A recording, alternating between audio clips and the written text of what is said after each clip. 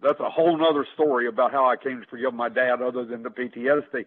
So the thing is, we have to be conscious when we know, and really this is in any relationship, whether you think somebody's got PTSD or not, it's very important to be conscious as to what we're saying and to do the very best we can to make what our actions and our words be in line with each other. Mm. Because to some degree, like I said, I think all of us have dealt with a level of trauma, and all of us are, even though we want more than anything to be loved. I said in my first book, Taming the Dragon, that every human being, at the core of every human being, we want to be loved. Simultaneously, being loved is our greatest fear. Yes. Because we don't totally trust it. And learning to trust it is a process. I was blessed with people showing up in my life that were consistent with me. My first AA sponsor, NA sponsor, was like, he was very consistent with me. He was very conscious of what he said to me, and he showed me he could be trusted. He was the first person in my life that I ever truly trusted. And that was 34 years ago. To this day, he is still my best friend, and he is also my business partner. And I know that I can leave the business in his hands, and he will honor what he knows I would want, as just like I was there. That's very special. Oh, it's incredibly special. I love that man. Have for 34 years now. But we have to be conscious of what we're saying. And people, there are so many things. I wish I could remember all the things I learned from Dr. Gentry. I have a podcast on my site, JohnnieCalloway.com. I have that first podcast I did with him where he has these 10 questions that he will ask one of his patients. And if you answer 3 of them right, there's a certain percentage of those people that answer 3 questions right that will attempt suicide in their life at some point. And if you answer 5 of them right, there's a greater percentage. When he went through those questions with me, I answered all 10 of them yes. And he was like, and he knew they were true. And he said, I don't know how you're still here. And how am I still here? For some reason, I refused to give up hope. Even though I was terrified of it for years, I refused to give up hope, and I refused to just give up. You're obviously an extremely strong-minded person to get through that and to be doing what you're doing now to help so many other people. Thank you. Thank you. People say to me sometimes after they've read my books or my blogs or whatever, they say something about me being courageous or brave. I've never once thought of myself as being courageous or brave. For me, the reason I took the risks that I've taken in my recovery is because one fear ended up outweighing the other fear. The fear of doing it, of not doing it, ended up outweighing the fear of doing it. And so it's like, kind of like, well, if I don't go to this workshop, I may still go insane. If I do go to this workshop, I'm going to have to expose some of my secrets.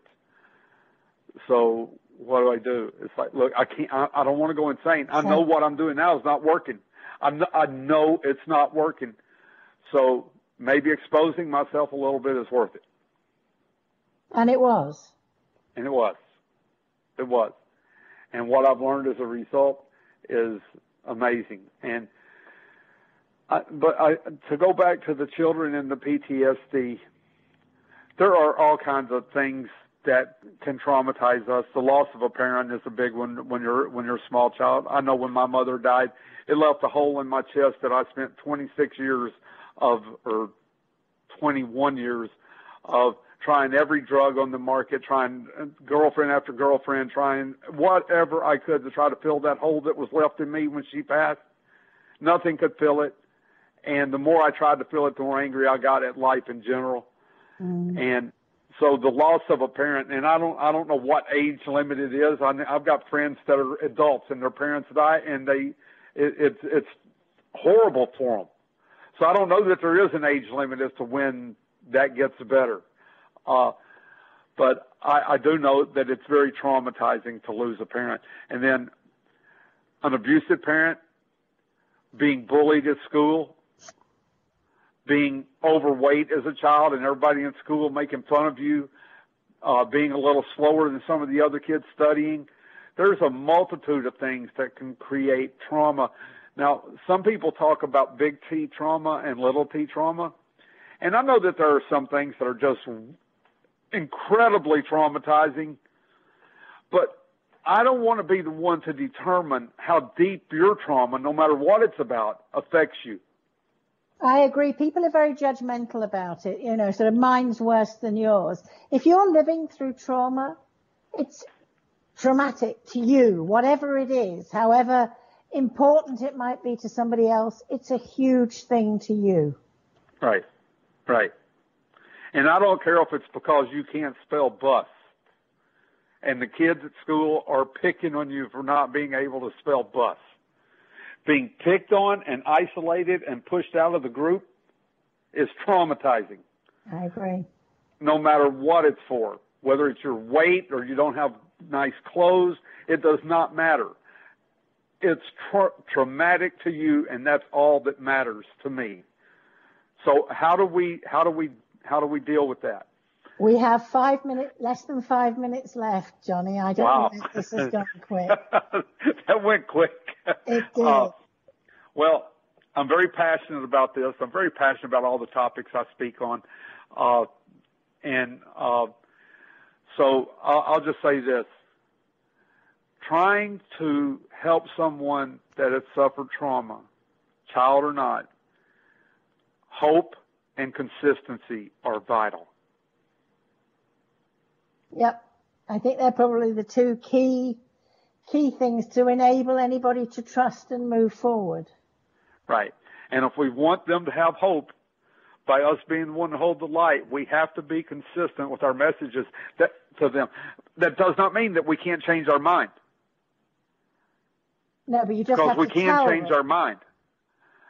So, but we have to be honest with them about what happened. Absolutely. So, do any of your books relate particularly to this? Not directed to that. My first book, Dragons to Butterflies, The Metamorphosis of a Man, talks of my trauma, and it talks of how I got out of it toward the end of it and what I did. But it's not a how-to kind of book. It's just the story so that people know that it can be dealt with and that there's hope. And people can take from that what they need. I mean, not everybody, as you said, not everybody needs the same thing. Right. They can pick and choose what worked for you and try it for them, and it may well work for them. I think how-to books can be, a little bit prescriptive because everybody is different with the level of trauma, how it affects them. So, right. I just joined a group called This Is My Brave, and it's about storytelling for mental health issues. And it's all about people like myself just telling their story, not giving advice, just telling their story. And I think that's phenomenal because it's the people that had been there and done that helped me the most, more so than the people that just gave me like, well, this is what you do or advice. Right. So, that's why I do this show because people telling their stories inspire people that, first of all, they're not alone. Right. And that they can pick and choose what bits they need to help them. Now, Johnny, how can people reach you? How can people get in touch? JohnnieCalloway.com. You can find everything I'm doing. You can find all 3 of my books. You can find my greeting cards. You can find all my podcasts. You can find my blogs. You can find how to email me. All of that is at Johnnie, JOHNNIE, Calloway, CALLOWAY.com. That is everything is there. Okay, it's great to have one place that anybody can go to get what they need from this particular show. So Thank you so much for sharing so much of your personal story. I know that it will help many, many people. My show helps me every time I record it because I learn things. I always learn from you. I hope you'll be my guest in another show on another topic in the future. I certainly will. I look forward to it. Thank you. Now, if you have any questions or comments or would like to know more about a guest on my show, please contact me at overtheedgesue@gmail.com. That's over the edge with 2 E's in the middle. It looks really strange, but it's right. So it's overtheedge@gmail.com. And what I would say, and Johnny really epitomizes this, I think, you should never judge others unless you walk in their shoes, because you have no idea what has brought them to the place they're now in. And Johnny's in a good place because of the work that he has done and is able to cope, so much better than this 5-year-old who just lost his mother. Thanks, Johnny. You're a superstar. I love talking to you. Thank you, Susan. I look forward to another time. Thank you, everyone. Take care. Bye-bye. Bye-bye.